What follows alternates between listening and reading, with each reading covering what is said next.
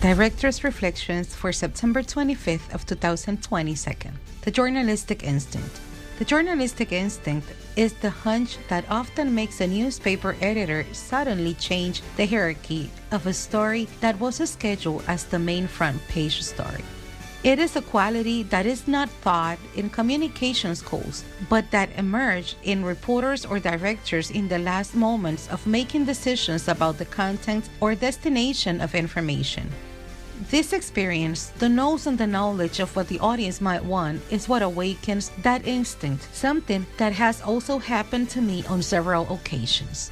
I gave an example of this last week when referring to the decision made by the director of Infobae, the most important digital media in Latin America, when deciding the main news. He chose to give that category to the photographic uncovering of a popular artist rather than to the failed attempt on the life of Argentine Vice President Cristina Kirchner.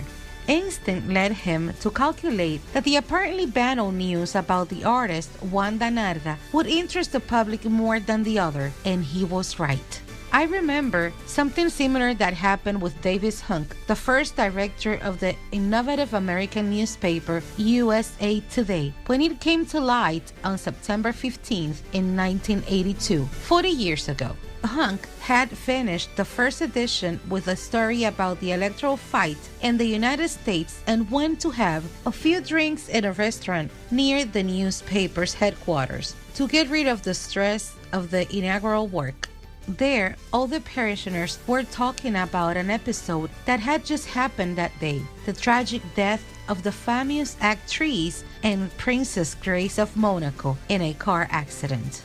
Journalistic instinct told him that this should be the main news, calculating the enormous emotional impact and interest that this event immediately aroused and that he could fill it that night. He quickly called the closing editor and ordered him to change the order of the news to give Grace the main one when the newspaper was about to go to press.